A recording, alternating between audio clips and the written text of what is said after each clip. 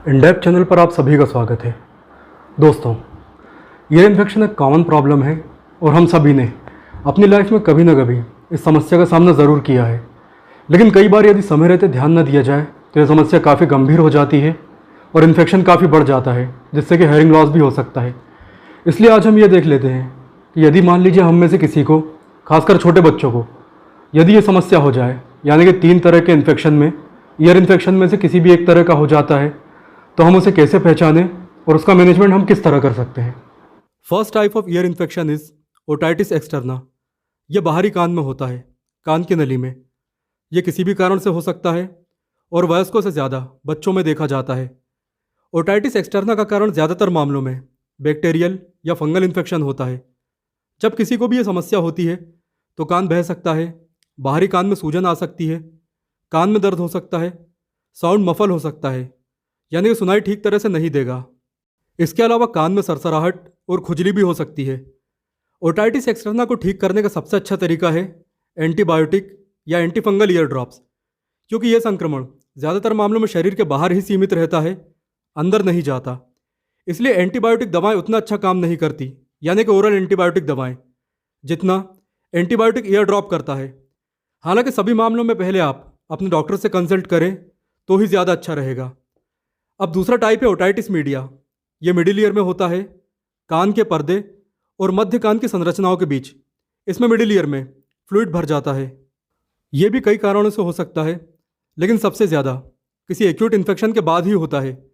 जैसे मान लीजिए किसी को काफ़ी तेज़ बुखार आया हो, वायरल इन्फेक्शन हुआ हो, कोविड हुआ हो या कोई दूसरा बैक्टीरियल इन्फेक्शन हुआ हो, तब ओटाइटिस मीडिया देखने के लिए मिल सकता है।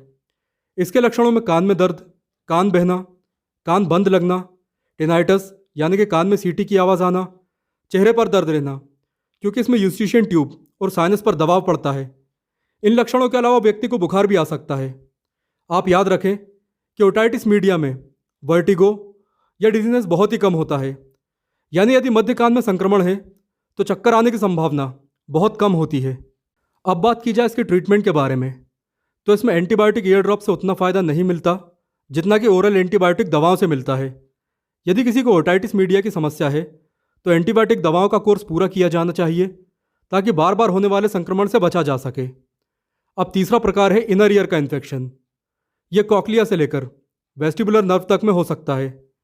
इसे आमतौर पर वेस्टिबुलर न्यूराइटिस की तरह भी जाना जाता है। और यह इन्फेक्शन चाहे कॉक्लिया में हो या वेस्टिबुलर नर्व में, इसमें व्यक्ति को काफ़ी चक्कर आते हैं, उल्टी हो सकती है, निस्टैग्मस जैसी समस्या भी देखने के लिए मिल सकती है। हालांकि इनर ईयर के इन्फेक्शन में कान का दर्द या तो नहीं होता या बहुत ही कम होता है। वेस्टिबुलर न्यूराइटिस की कंडीशन में वेस्टिबुलर नर्व काफ़ी सूज सकती है और यदि किसी को ये लक्षण महसूस हो रहे हैं तो उसे तुरंत डॉक्टर के पास जाना चाहिए, जहां डायग्नोसिस के बाद एंटीवायरल दवाएं दी जा सकती हैं, चक्करों को रोकने के लिए भी दवाएं दी जा सकती हैं और वेस्टिबुलर नर्व की सूजन या इन्फ्लेमेशन को कम करने के लिए स्टेरॉइड भी दिए जा सकते हैं। तो इस तरह इन तीनों संक्रमणों का मैनेजमेंट किया जाता है।